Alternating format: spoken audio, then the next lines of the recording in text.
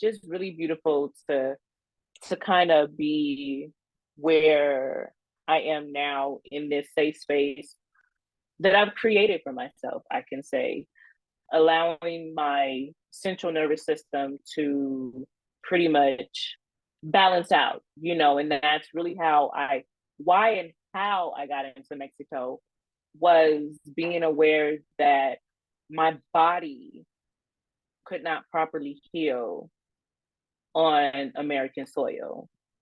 And a lot of it had to do with, of course, my trauma, my generational trauma, but also looking at how Black bodies are still being treated, to this day. Welcome to Your Story Doesn't End Here, the mental health podcast of military and veterans who refuse to be silenced. I'm your host, Rachel, and my mission with this podcast is to be a voice for those who don't have a voice, bring awareness to mental health issues, provide value and solutions, and to change the culture when it comes to mental health within the DoD organizations. Hello, everyone. Thank you so much for coming back for another episode of Your Story Doesn't End Here. Today's guest is Ardrina Deatrice. She is a United States Navy disabled veteran and an immigrant of Mexico. And I am so excited to have you on the show today, Ardrina. Thank you so much for being here. Thank you. Yeah, so I'm going to pass it off to you to just share your story, and then we'll just take it from there. Okay. So yeah, my bio was pretty much simple. Like, not simple, because I don't want to take away from, other bios that I may create in the near future. But my story actually involves both of those things. I'm a United States Navy veteran, disabled, and I am now an immigrant in Mexico. And so as I was sitting here with how, the unpacking of this program is going to go, I was making a few notes. And so I decided to start with where I am now, which is the immigrant in Mexico, to how I got here, which ties into that, the Navy and the veteran, which ties into, my mental health and that journey of, like, it's a journey. But so where I am now, I am medically retired, and I am now a green card holder in Mexico. And so that really came to be when I was medically retired, and my top percentage of my disability rating is around my PTS, and which also ties into anxiety and the things that come with what I like to call episodes. And so episodes for me, just real quick, there's just times when I'm like, blah, I disengage. Many moons ago, they used to last for months, I remember weeks, then it got down to like days and things like that. And they still can get 2 days, but not in a manner of where I wouldn't recall things. And so one of my biggest episodes was in 2012. The end of that year is like, it's a blur. I don't remember. So that's what episodes look like. And so pretty much I started with unemployability, and that was because, like I said, the episodes, it would send me into these moments to where I couldn't leave my house, and it collapsed. And so I was giving 100% unemployability. And then that is how I end up, 5 years later, I end up getting 100% permanent total. And so I see how I thought I was going to go another way, but because I want to say like where I am now. And That's so okay. when it comes to, thank you. So like when it comes to my mental health, I'm in a much better place than I was just even a decade ago. I'm sitting here in Guadalajara, Mexico, in a beautiful 2-bedroom, fully furnished condo. This is like has become one of my favorite spots in my space, and it's like a big window here that opens up to my balcony, and it's like it's a vibe. Like I'm in a real healthy, safe space. I mean, from sleeping all the way through the night, there was a point in time when insomnia was a really big factor in my mental health journey. Um, and or not even, getting out of insomnia, but getting into where I'm so anxious. I can't sleep. My mind is just running and running and running. And so, yeah, it's just really beautiful to kind of be where I am now in this safe space that I've created for myself, I can say, allowing my central nervous system to pretty much balance out, and that's really why and how I got into Mexico was being aware that my body could not properly heal on American soil. And a lot of it had to do with, of course, my trauma, my generational trauma, but also looking at how Black bodies are still being treated, to this day. And then not even that, the poverty level, I was living in West Oakland. I moved in April 2012. And so I was living there until I moved here to Mexico at the end of 2021.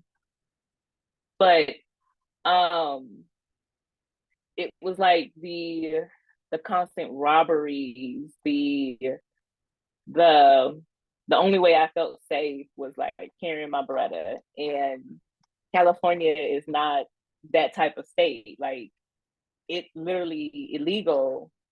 And a major reason why I left California was because I was afraid of what I may do to an individual who was trying to harm me. And then now I'm in this predicament and stuff like that. So yeah, when it comes to like mental health, it's hard to heal in the midst of that trauma. And now that we're starting to understand mental health, and it really started with veterans, when you look at PTS, you could say, to me, in my opinion, all Black bodies got PTS. You know what I'm saying? And so when I began to like understand that, it's like my journey became even more like deeper on like this. I can sit here and learn how to do this, and then I can sit here and bring this forward and like show other Black bodies, on like how to heal and stuff. And so the PTS, when that came into play, that was after the military service. However, it didn't even start there.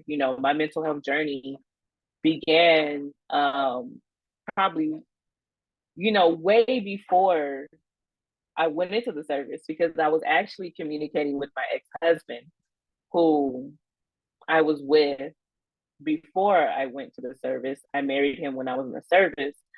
But just like kind of remembering the experiences that I had with this man. And I was just like, oh my gosh, no wonder why there was a point in time to where I remember I may have been in like 2 or 3 years. I went in at the end of 2002. No, at the end of 2001. And I remember like 2003 maybe just being like, yo, if I don't wake up, I'm okay. Like I am so okay, because this this is not it. And so yeah, going back, I don't know how far it went, but the healing journey of that started, like I said, when I was a veteran. Um, a close friend of mine who I had moved back to Oakland, and I was staying with, she noticed, the patterns and things in me, and connected me to some focus groups for women veterans. And then our situation with the best with her at the time was deteriorating. And so like I was on the edge of homelessness, and then there was a retreat.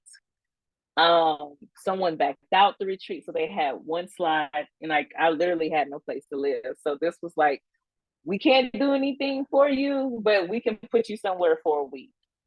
And it was a women's retreat, and we went to Tasahara Zen Mountain Center, and and so that was like my first also introduction into Buddhism, and being in the space where you really sit and you unpack,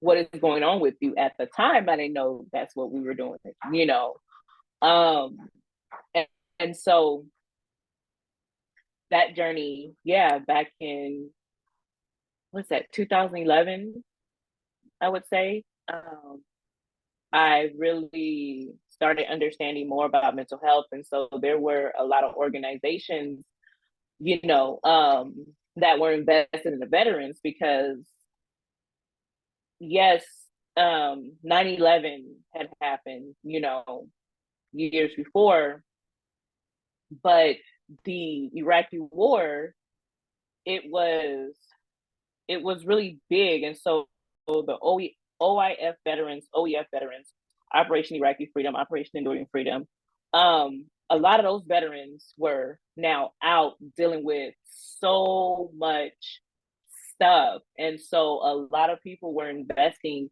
in veterans' mental health. They didn't know what it looked like, and so yeah, PTS was new. It was actually called PTSD, post-traumatic stress disorder. Now they've taken off the D, and then now I'm seeing there's complex post-traumatic stress. And so, it's gaining life. And so let's see. So 2011, I went on, like I said, this retreat, and I had went to other retreats. And so maybe, I don't know, maybe it was in 2011 as well. I think I went on these two retreats for 2011. And so at one of the retreats, we went to, I know what a mission. It was a mission. And it was with the Coming Home Project. The first retreat I went with was with, it's now called Veterans Path, is the organization. They had another name before that. But so this other retreat I went with, it was Coming Home Project. It was at a mission. And it was women, and it was like maybe like 300 women veterans, right? And so maybe it wasn't that many, because I think at one time we were all sitting in, maybe it was like 100, maybe like 90 or 100, but it was a big group of women. And it was free. I think it was like a few days, and we had breakout sessions and all this stuff like that. And so my sleep wasn't the greatest before then. And it's, oh my gosh, I don't have a photo with me, but you could, like, if you see me then and look at me now, be like, oh my gosh, girl. But we were in a breakout session, and I guess I zoned out. And I don't know where I went or what happened during this time, but I was zoned out for hours. I was just stuck. And I remember finally coming to, because we were sitting outside, and I was sitting like cross-legged, and I was like, I think I was sexually assaulted. And the people were like, okay, we can see that, because let's say it was 90 women, okay? 83 of those women have been sexually assaulted in some way or fashion. I would say all 90, but I can't tell someone else's story, you know? And so it was a lot of stories around that type of experience. And yeah, I was just like, I think I was sexually assaulted. And like, that's all I had, and they didn't try to press anything. And so because of what happened, like I said, I got stuck. They said that they were going like this, they were clapping, they were calling my name. They had called the founder because he was like, he wasn't on premise, but he was nearby. And so they called him. And so when I came to, he was like the first face that I seen. And so like that was my first time getting counseling around that. But I mean, now that I look at that, like that's how powerful the mind is. Like it literally blocked that whole experience out. And so when things began to come back to me, I pretty much had to block it out because of what the military told me. At the time, I was dating women, and they were like, this is, I think, before Don't Ask, Don't Tell. I don't really remember. But they were, oh, maybe it was around Don't Ask, Don't Tell time, but they were like, if this comes out, then that comes out. And I just remember talking to my family about not being put out of the military due to my sexuality and like all this stuff like that. And I still had a contract. We still had deployments. And so, yeah, my body put it out of my mind. Like, I don't have dates. Like, I can't say, oh, yeah, it happened this month and this year.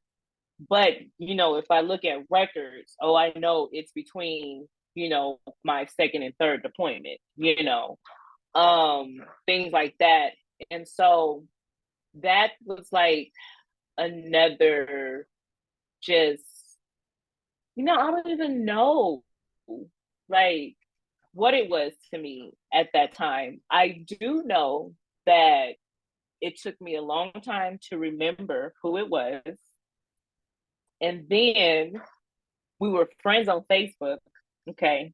When his name came to me, because his name wasn't coming to me for a long time, it was just his face. And remember when his name came to me, I messaged him on Facebook. He just unfriended me. That right there was my answer, because my thing is, you would defend yourself. Like, if you didn't, you wouldn't sit here and just let someone accuse you of sexual assault. Like, I ain't say, hey, I'm about to take you to jail. I mean, take you to court. Like, it wasn't even nothing like, hey, this is what I remember happening. And you got a memory of this? No conversation, nothing. And so, yeah, that took a lot of unpacking. And on this took a toll with my everyday livelihood. Like, I haven't worked since I've been out the military. Now I can say that with some type of like, I haven't worked, but before it was like a struggle of, I don't feel like I'm participating in society. Like, what am I doing for it? And I mean, even with like the income, first it was unemployment, um, GI Bill, disability, then that would go up, and I just made do with what I had. And so then midway of my mental health journey, the personal development aspect was very important. But I guess, at the same time, I'm learning what's going on with me, I'm also learning how to work with it, how to create these systems and these things and these structures to help me with like my everyday thing. Like, for my anxiety, I have, I don't know how many things I have in place, but just off top, I don't have any notifications on, like no social media, no nothing. I actually have two phones. One, because I was doing branding, and then like that's also like the bio, because when I started looking through all my stuff, and I'm like, I'm not the culture entrepreneur right now. I'm not focused on this. I'm not, so I had this other aspect of my life, and I separated it from my personal life. And so all my social media was, on this second phone. But yeah, to where, emails, no notifications on my emails. I check my emails certain times of the day. I like it's like almost out of sight, out of mind. And so those are like techniques that I've been using to keep my, my anxiety down. I also learned like I don't give my phone number to anyone, because you meet people and you guys talk and they open up, and then the minute they got a problem, they're calling you at like 7 o'clock in the morning, and it's understandable. Like, we're not taught certain things. And when we don't have boundaries ourselves, we're definitely not going to be able to understand another boundaries. And so, they don't understand like, hey, girl, you got the mental space to handle this right now. And so like, I just remember like I would be answering everybody's phone calls or checking messages, responding to messages right away, or I'm on social media and it's 8 a.m. and my anxiety is like this. And then I'm leaving the house and, oh, I forgot this. Oh, I forgot this. Oh, I locked myself out. Oh, this, oh, that. And so, yeah, I had to, begin to set those boundaries. And so that was really good with the personal development when I started my my mental health journey. But what really elevated, I feel like, my mental health journey was also my spiritual development journey. And for me, it's like, for my mental health, personal development and spiritual development go hand in hand. And so since being on that, I guess you could say, that journey, being able to unlearn, like old habits, because we have to get out of the habit of showing up for everyone. We have to get into the habit of saying no, and it's a complete sentence. We have to get into that habit of saying no, and us not feeling guilty for saying no, because we didn't set the boundary. But now we're stuck in it. Well, now we said no. We got our space. We got everything we wanted, but now we're stuck in our head because we feel guilty about that. So what we planned on getting done didn't really get done because we were in that cycle. And so, golly, I feel like I am just going like all over the place here. Because No, like when you're you left it good. You're open, good. I love it. I resonate so much with so much of what you're saying. And okay, you oh, know, maybe that's what it is. yeah, yeah. Because I No, was you just like, I'm going here, I'm going there, and I was like, oh, this is like flowing because I can talk, yeah, you know. yeah. No. Um, No, continue if you're still going, because yeah, I'm over here like, oh my gosh, I relate so much. Oh my gosh, this resonates with me. Like I'm loving it. So if you have more, continue on. yeah, so okay, you know what? I even have, this is why I wanted to switch devices, because, and it's like 1619. So 1619 has been sitting with my soul for like a few years.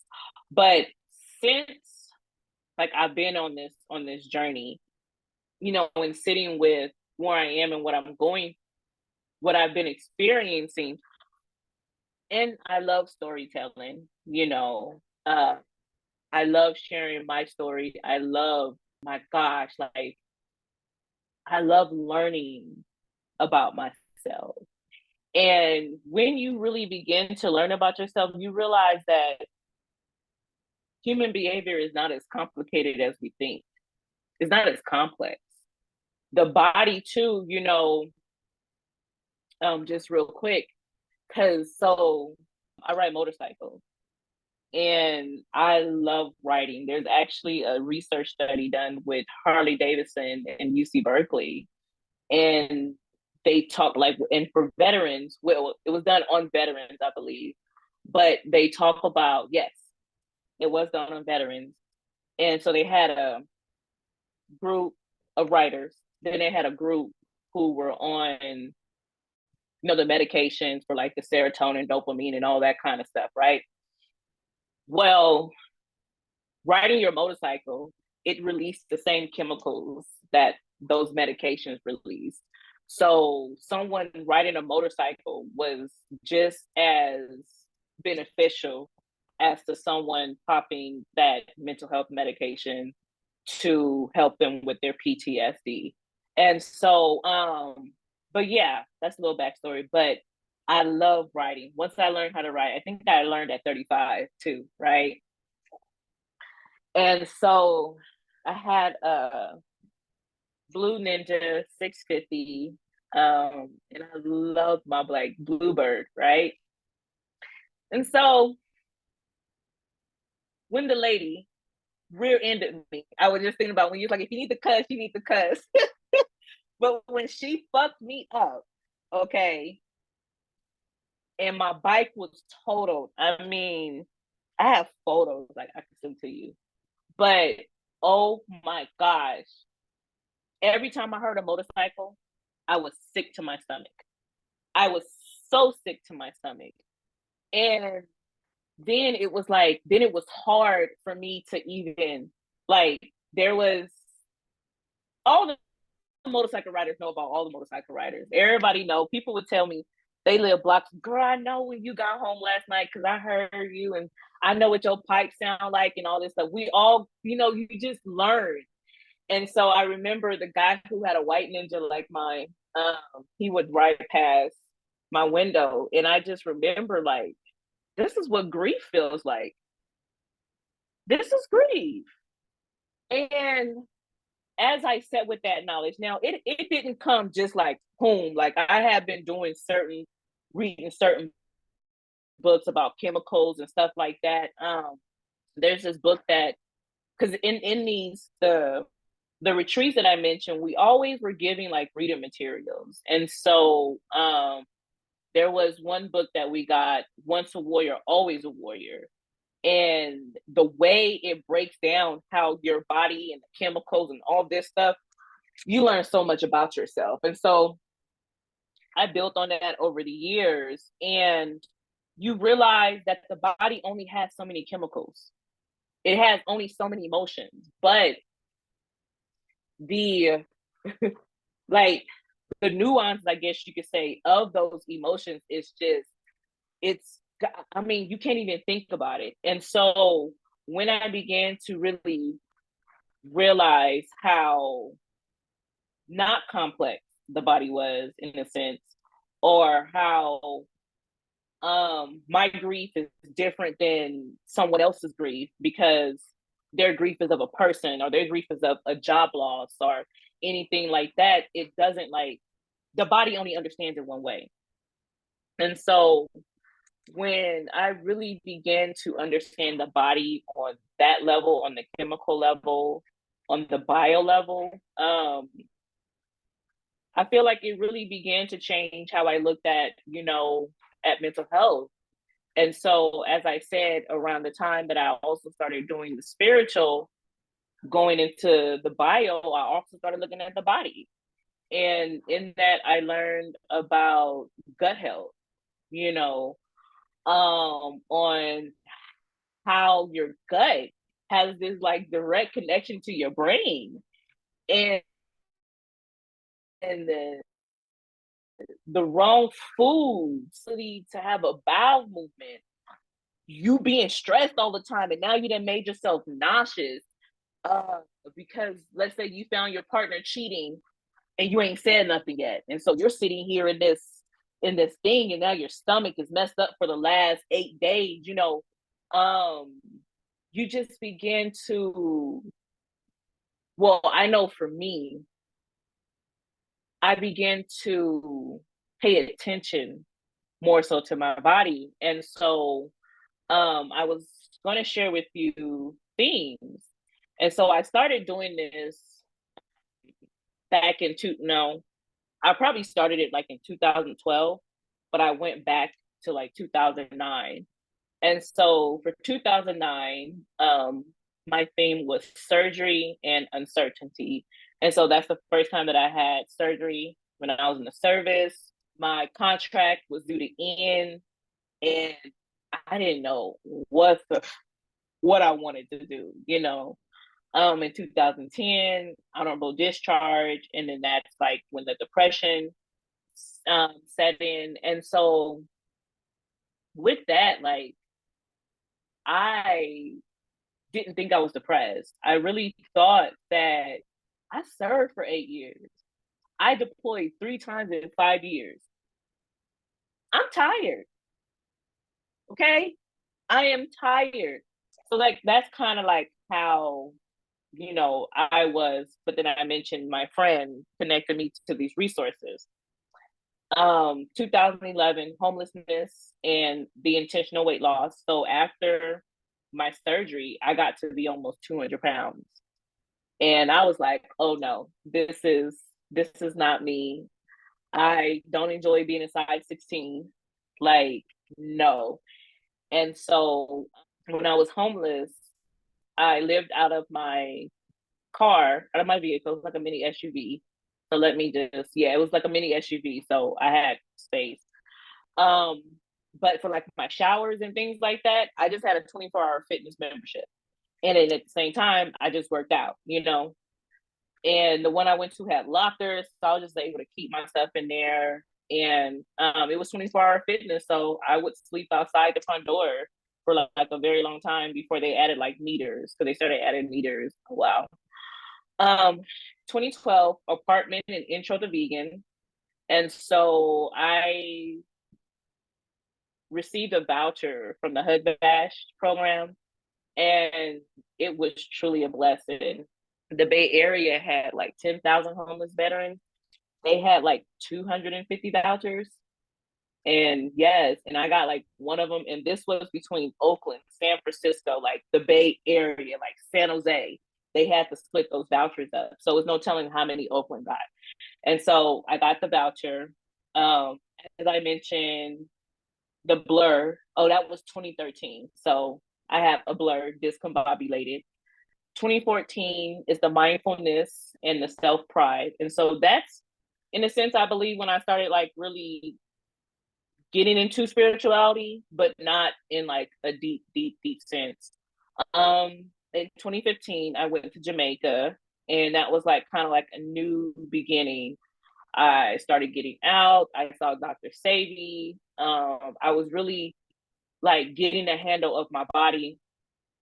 In 2016, the Black community and the Million Man March. And so I made it to Washington, D.C. for the, I think it was the 50th, I don't know, but went to the Million Man March. And so like that year, it was like building with the Black community. I was coming into that aspect of understanding the plight of Black America, because I wasn't raised we didn't talk about racism. I didn't even know what racism was, even though I experienced racism. Like, and I'm like, wait, you meant to tell me when them little kids was chasing me down and throwing rocks at me, they were being racist? Like, nobody decided to tell me this? So that was like going on for me. In 2017, I went to Africa twice. And I also participated in like certain groups where it was about like shifting your mindset. And so I had 2 coaches. And the one that was, because I was going to be doing, it formulated to sericulture in Rwanda, which is manufacturing silk. And so, but I had a coach for that. And so in our last coaching session, she was like, you need to spend 2018 in solitude. And I was like, what? Right. And it was just so much going on, because also in this year, my mother had died, but she came back. Like, my mother died and then like comes back to life. And so I was in Ghana, like when all this was happening. So it was a lot. And so 2018, it was solitude, stillness, and minimizing. In 2019, I began to focus on intergenerational wellness and like intercellular cleanses.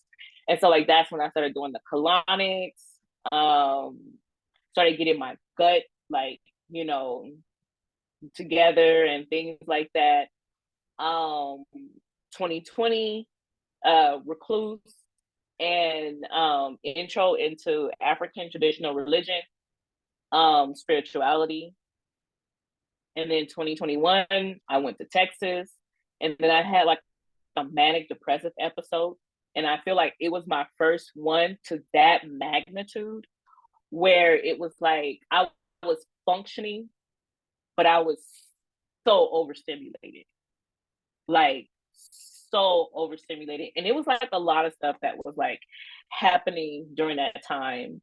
And then 2022, my Americana Exodus, and then Wondering While Black, my balance, and in a sense, divine alignment. And 2023, Wondering While Black, and coming into my body. And so, yeah, like that's how like you could say my experiences over the years has been, and then kind of what I want to experience. So like I said, coming into the body is a thing this year, and it aligns with well, I wouldn't say it aligns, but where I'm putting my focus with that is focusing on the generational trauma, because when it comes to a lot of my triggers, which we didn't get on, but when it comes to those triggers, a lot of those triggers are childhood traumas. And and so like when I was saying like my mental health journey, like I know it goes way before the military, and things like that. And so the trauma of unpacking that, I mean, just realizing, like, I just realized at 39, like, I wasn't emotionally supported as a child. And that is why I had these attachment styles in different relationships. Like, and like this, so yeah, it goes so deep. And so like I really understand like your thing of where you want to keep it open, because everyone's like story is like going to be different and like so unique. Um, but yeah, I don't know. Like I said, I didn't even get on triggers. Like it's just That's it's okay. just so much in this journey. Yeah, I'm really, really glad that you broke down the years like you did, because I think sometimes when we're looking at someone's story from the outside in, it can be so easy in our brains to compartmentalize and be like, oh, well, they got out of the military and then they were just good, right? But this can be years and years and years of not only healing, but self-discovery. And then on top of that, there can be like, you said that after all these years of what sounded like, oh, we're doing really good, we're doing really good, and then there's a manic depressive episode. And it doesn't mean that you're doing bad, but it also represents that it is such a non-linear journey. And so I'm so grateful that you broke that down. And there's so much in your story that I'm sitting here, like I said earlier, and I'm like, wow, I really resonate with this. This makes so much sense. Like there's parts of you that remind me so much of me. But what I think is really cool, and I really want to talk about, is how you gave yourself permission to take care of you. You said, fuck the societal norms and the rules, because a lot of these things, when we're in our own head, you talked about how, like, yeah, we can set boundaries, but then we're in our own head. And this is a space that I find myself in constantly. Is like, yeah, I have these times where I will like recluse from society, social media, people, whatever have you. And then I feel bad. And then I feel like I have to give an explanation to everyone for why I'm not communicating or whatever have you. But I love that you said you have the two phones. I think that's phenomenal. It's an idea that I've had that I've never actually executed on. But I think that's great. But I just love how like constant theme that you have of like, what, like I'm taking care of me.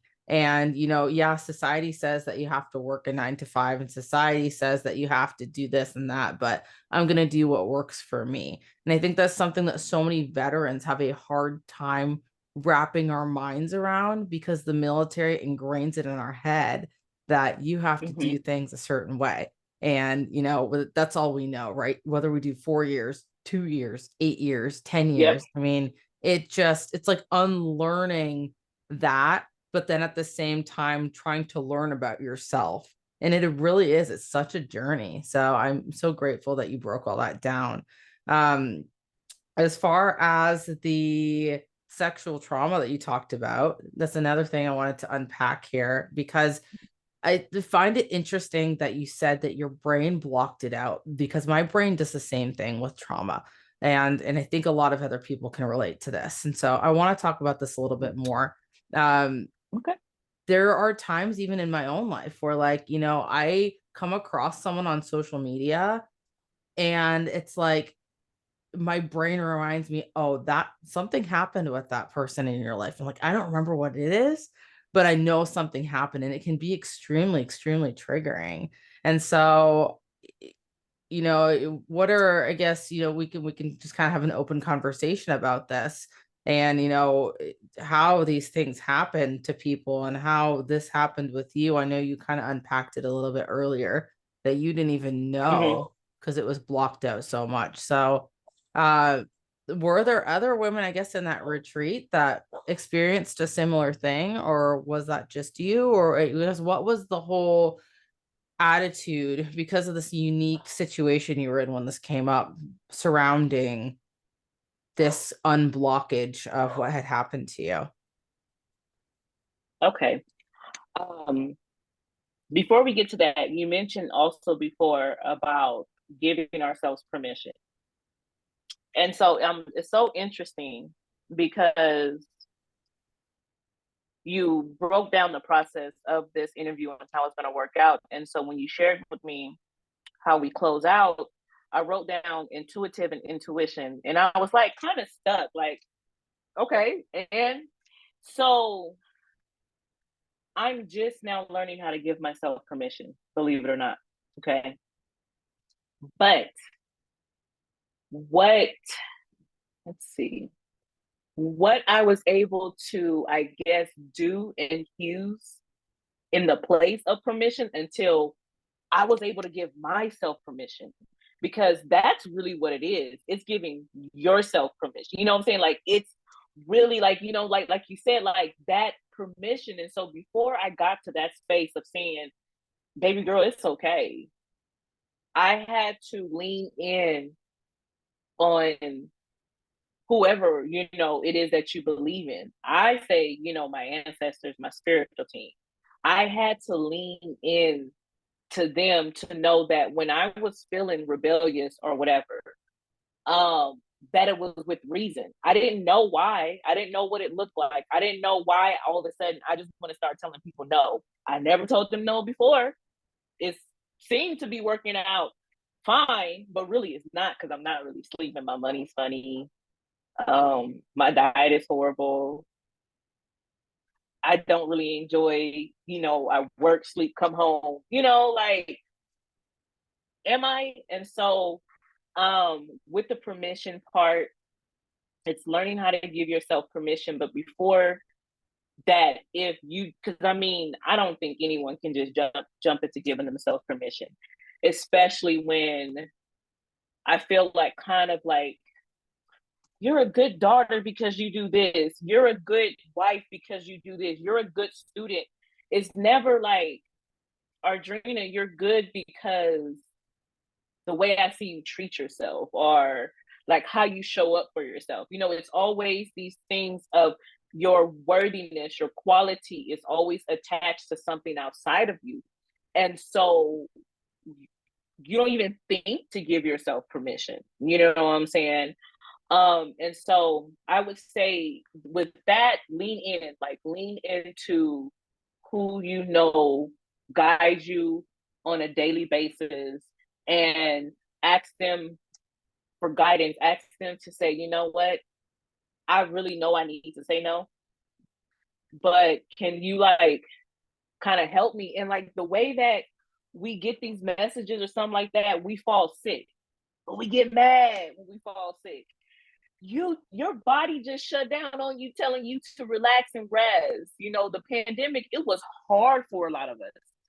I was forced to already lay down because of my motorcycle accident. So that already had me laying down when COVID kicked off. So I was already like, actually, I was kind of like, listen, yes, world, catch up to me, okay? Shit, slow the fuck down. You know what I'm saying? I was kind of like, okay, everybody got to sit still, not only me. And then I started, getting real comfortable in when I began to see why, like what that note did for me. I'm sleeping better. I got more money. I'm now going out and doing things that I enjoy, which may just be me going to collect crystals, stones, dolls, watching anime, like things that, just a lot of people don't really think about. I really enjoy this. So I kind of wanted to touch on that. Now going to the sexual assault. No, the women there, they all recall and knew what their experience was.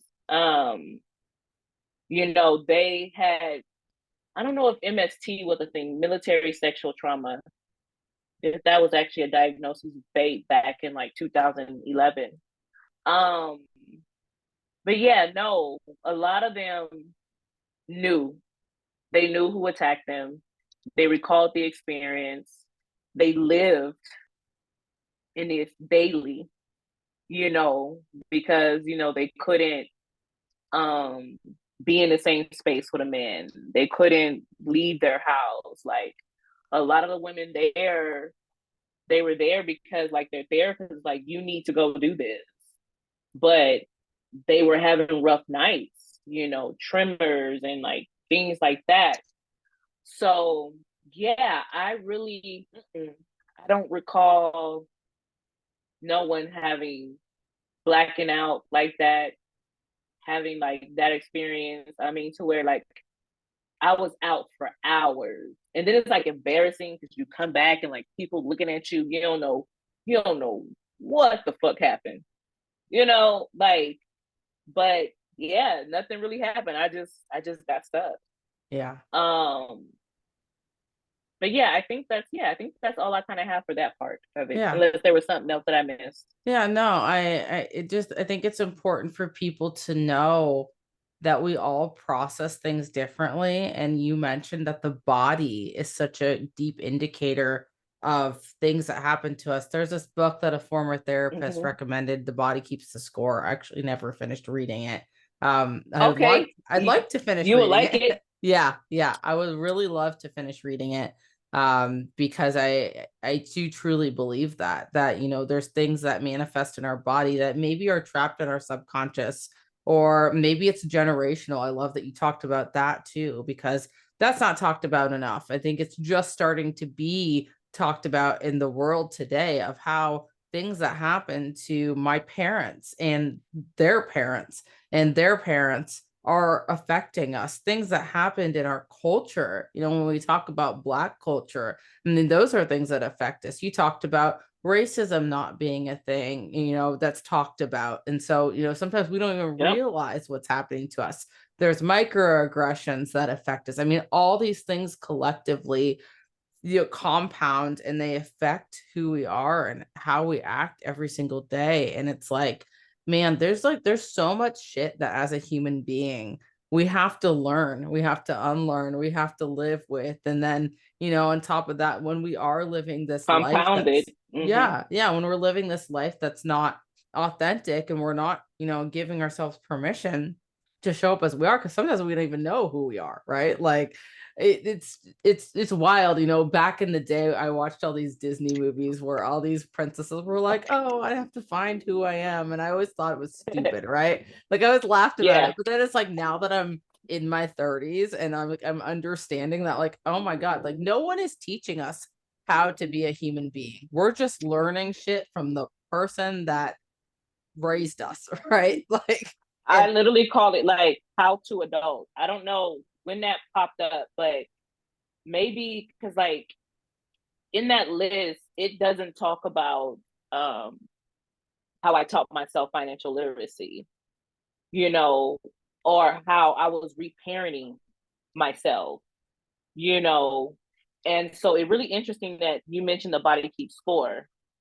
And so I'm not starting with that book, but I mentioned before we switched over to my iPad that there was a book list that I was thinking of that came up. And so on that book list is The Body That Keeps Score. I've read it. I plan to I want to read it again. And so when we were kind of like, I see like we're kind of intuition and intuitive and stuff is coming back, because it's really interesting how I was like, I want to read that book again. I want to read that book again. And the theme of, since I've been thinking about that book until today, because communicating with you is like, it's like how the body keeps score. So a sister friend of mine on Facebook, she's always sharing information, and so she shared this photo of a book list, well, a reading list, and so healing generational trauma. And so something that I added to my to-do list for this year is to read each and every book from this reading list. Now, two of the books I've already read. One of the books I wanted to read, which I'm actually starting with March 4th. So if you will be interested, it's another sister that's joining me. So somebody else asked, this person who shared the reading list, she was like, you know, I'll be interested in joining. And so if you want to sit here and read that, because we will eventually get to the body that keeps score. But on this list, you have adult children of emotionally immature parents. It didn't start with you. And so that's the third book that I've been wanting to read. And so that's the book we're starting with on March 4th. It got All About Love by Bell Hooks. I love the book. The Body Keeps Score, another great book. The Body Keeps the Score. Let me make sure I say that right, because I was like, I always forget the. Waking the Tiger, Attachment, My Grandmother's Hands. I've heard about this book. Braiding Sweetgrass, Toxic Parents, and Complex PTSD, Surviving to Thriving. And so for my mental health books like that, they have been pivotal in this journey, because, you know, when I started this journey, it was not many Black folks in those spaces. None of the instructors, none of the people lecturing us was Black. I mean, even though I love Buddhism, I fell in love with Buddhism, they don't help me understand race. Like, why does racism exist? Like, let's talk about racism, you know, so it doesn't go there. Like, it doesn't speak to my Black identity. And so I just started reading, like, anything that like picked up to really help me understand myself more. Because this journey, you know, there's this term that I'm pretty sure people are like, oh my gosh, I'm so tired of hearing about it. Shadow work, shadow work, shadow work, right? But the thing about it is, can't nobody tap into that and set us. Only, you know what I'm saying, people literally take shit to the grave, okay? There are things that we have done that we don't want to talk about. It's a part of us that we do not enjoy.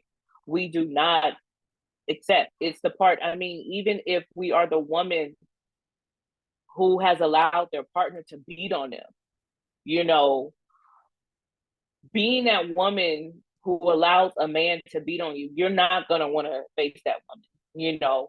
You're going to, oh, I'm staying for the kids. Oh, I won't be able to survive on my own. You're going to put all these reasonings on why, because it's easier to do that than to face ourselves. And so, like, that too was like a big part of that journey. But that ties into our generational trauma, you know, of coming from homes to where we don't talk about it. We pray about it. What happens inside the home, you don't take that outside the home, you know. And so, yeah, we have, and it's like, it's so interesting, because I was saying, like, the body's not that complex, but everything around it can be complex. And so it's like, in my household, raised by Christian, well, my grandmother was everything up under the sun. we went to church 7 days a week. I say 8 days a week, okay? But when those kids threw rocks at me and called me a nigger, no one explained that to me. You know, like, this is the history of this country, you know, or sexual trauma that's prevalent in the Black community, you know. So I'm the oldest in my generation. I'm the first generation that hasn't been sexually violated, you know. My older cousin, who's the baby in her generation, she's the last female that wasn't touched. She's like, what, 43? So, but all the years before that, all the women were sexually assaulted or violated or something like that. And so it's like we have that, and then getting else with the generational trauma is something that I learned when I was doing biotech, is that women, we come with our grandmother's eggs. So her trauma, on top of being in the womb of our mother, you know, and then we grow up and we experience trauma. And so now our grandbaby, because that's who's going to be carrying our eggs, our granddaughter, I should say, she is still, if we don't sit here and break those cycles, she's sitting with all those generations of trauma. Well, if her mother, I would say, you know, my daughter, but if I don't break that, you know. And so even though it's like, you know, when we look at racism and we look at what we want the world to be, when I started looking at it from like a scientific standpoint, I won't see all the changes that I want. It's not possible, because it's my granddaughter's children who's going to, as long as we continue these new way of habits, those babies will be the embodiment of what we want. And it's just the reality. And then, like, you know, something else is like, you know, we used to think that certain diseases were hereditary, like high blood pressure, diabetes, and things like that. You know, that stuff is not hereditary. It's like, it's the habit. It's the cycles. And it's like, you know, it's really interesting to be in this technology age, to where, you know, you may see some older adults like my grandmother, you know, I remember us talking last year, and she was like, what's that? She was like, you know how you say, like, you go through things and you feel things, and I think you was like depression. I was like, yeah, my PTS. And she was like, I think I got that. You think I could have that? I was like, lady, hell yes. Like, ma'am, if anyone has it, you, someone who's 80 years old, girl, like, yes. And so, you know, she's like getting to this point to where I deal with depression, I deal with anxiety, you know, of her realizing, like, you know, she had a stroke, and her understanding, like, I had this stroke when this happened. Well, that situation made you anxious. Like, you know, strokes are not, it's, I don't know, it's like they are telling us that something's not right, something's not going on, you know. And so, yeah, when it comes to like healing, one, there is no way, there's not one way to heal. Two, I believe it's gonna be a lifelong cycle, because I just went through something last year. Did I make, was I already 40? I was already 40, right? So I went through this at a new age. It wasn't, no, it was actually this year. It was this year.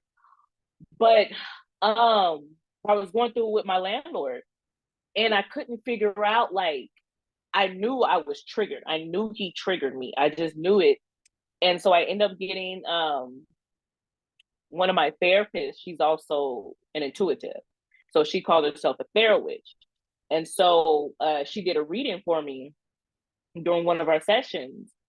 And what came up was how he was triggering the safety and my security, which was coming from childhood stuff, like, and, it wasn't just financials, like, and stuff like that, but just to like get to that at 40, like, like I've been doing this work around financials, around shifting my mindset, around coming out of scarcity mindset, around, making sure I follow my budget. So I don't end up in a bind. And now this bill that comes out of left field, it has me all like, oh, just discombobulated, and so like creating these things.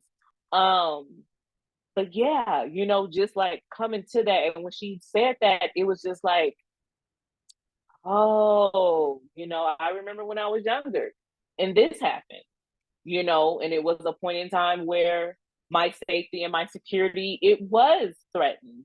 And that's where that trauma came from. But then it's like shit just kept happening. And so it's like the trauma building. And then, I'm not taught financial literacy, like I was talking about, having to adult myself.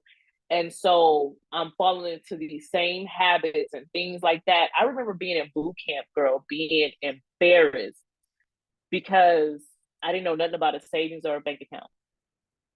Like, if they wouldn't have taught us how to write checks in boot camp, I would have never known how to write a check. They taught you how to write checks in boot camp? Yeah, when I went in. They don't do that anymore. Yeah. Checks are kind of a thing of the past now, but it is. Yeah, it is. But it's like how to open up an account, how to all this stuff. And I was like, look, I think did I turn 20 in boot camp? I think I turned 20 in boot camp. So like I'm 20 years old, not knowing, even though I had a bank account because I already had debt, you know what I'm saying? Like, but not knowing like those things. And so yeah, I don't know. I guess I'm already kind of like thinking of closing stuff. So I'm just gonna that's okay. Yeah. That's okay. Yeah. I was just gonna say, there's so many amazing points and we could go in so many directions with this, and I could talk to you for hours because I feel like there's so much of you that resonates with me. And but for time's sake, we can't for this episode, but I'm so happy to have you back for more, to just continue this conversation. And I think the listeners would really love that too.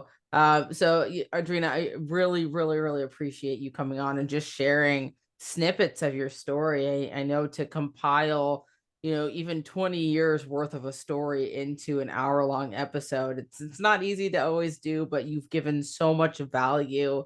And and I hope that people reach out to me afterwards to ask more questions, because they think that there's things that you are doing that are kind of outside of the box that a lot of people aren't thinking of, or, again, going back to this theme of not giving themselves permission to do, because we are as veterans, so many of us are very stuck in that way of thinking of, oh, it has to be a certain way. I can't just move out of the United States. I can't just, live off of my service connected disability. I can't, you even hear a lot of times people that think they don't even deserve disability because they think that the next guy deserves it more. I mean, there's so many things, but I want, if you're someone who's listening to this episode, there's a piece that I want to say, and I want to say that, if you feel that you need to do something that maybe is outside of the rules of society, and it's quote unquote rules of society, or outside of the norm, or you think that someone might judge you for it, but you feel like it's right, do that thing. Because at the end of the day, you only have one life. Life is incredibly short, and it would be such a shame to live life based off of someone else's rules and not your own rules. So with that, Ardrina, I'm going to pass it off to you to share the last words that you want to share with our audience, and then we'll wrap it up. I lost my words. I was going to say, because I was just listening to you, how with like going against society. And so my first year in Mexico, I struggled internally because this is not like part of society. Like, I'm not giving to society anymore. And so this journey of coming into yourself, of remembering who you are, some people like to say rebranding, whatever, restructuring, whatever you want to utilize. The Tower moment, which is like a tarot card, as well as the Death moment, which is like a tarot card, it's all so worth it. If you can really, if you can find one thing, because it's going to feel like at times you don't want to be here. I'm not even going to sit here in front. And I can't lie. Well, when communicating with the veteran community, knowing how some of us feel, we feel like I have no reason to continue to live, continue to live on, and things like that. You have to find like one thing that works for you. For me, I was infatuated with myself. And so having this love that I really couldn't explain, because it wasn't about the way I looked. Yes, the way I looked mattered.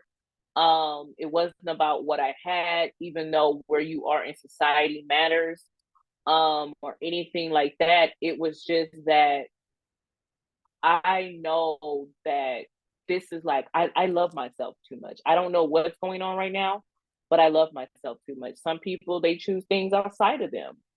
Faith, family, children. Maybe it's a goal, because this work is going to get dark. You're going to see parts of yourself that you don't like. It's going to feel lonely, because as you're going through this work, you're going to start changing. And those in your immediate surroundings, they're not going to understand. You might, you may even find yourself going through a separation from your partner or something like that. But you going against what doesn't feel right to you, which sometimes is what society tells us to do, it's going to be so worth it in the end. It's like, oh, I kind of dread saying this, because nowadays we live in this digital age where you got TikTok videos, you got this, and people was like showing you, and it was like, I was thinking of that, like, I could show you where I am right now, but it doesn't just happen like that. You have to have those tower moments. You have to have that death. You have to let go. And so for me, before I got a chance to appreciate where I am today, I had to let go of, oh, society says I'm supposed to be married. Society says I'm supposed to be a mother. Society says I'm supposed to be sitting here participating in the workforce. Like, gosh, I only worked technically till I was like 28. And when do you start working? When you're like 16? You know what I'm saying? So it's like I only gave so many amount of years into the workforce. And then it's like everyone, they got a career, they got family, they got this, they're doing this, they're building houses, they're buying houses. And I didn't want none of that. Not saying I don't want those things, because I do want children. People think that I didn't want children. I just didn't want to have children on American soil, And it took me until 40 to get off the soil. But the faster, well, not the faster, because it's not a fast-paced thing, but I guess the sooner you realize that the shit is not all peaches and cream, what you see on social media in the glam life, it can get dark and ugly. But find you something to hold on to. I prefer you choose you, because everything outside of you can disappear within the blink of an eye.